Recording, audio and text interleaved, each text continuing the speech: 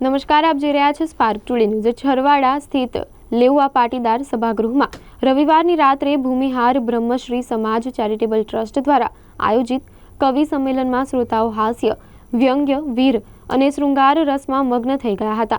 કવિઓએ આટલો ઉત્તમ માહોલ બનાવ્યો કે શ્રોતાઓ મોડી રાત સુધી તેમના સ્થાન પર બેસી રહીને માણ્યા હતા।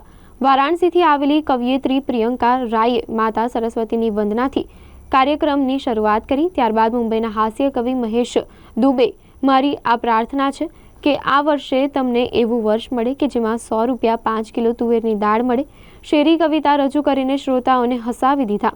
આ સાથે જ હાસ્ય કવિ શંભુ શિખર અને રાકેશ રાયે પણ શ્રોતાઓને ખૂબ જ હસાવ્યા અને મનોરંજન આપ્યું હતું।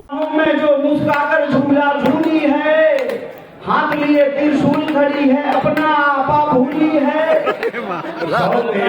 होठों पर मोटी लादी लगवाना, नाम बताना, पीछे दाना दाने ऊपर